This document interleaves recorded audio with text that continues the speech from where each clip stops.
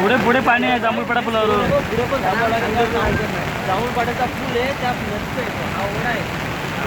तिथे पण पाणी आहे तुम्हाला. गाडीवाला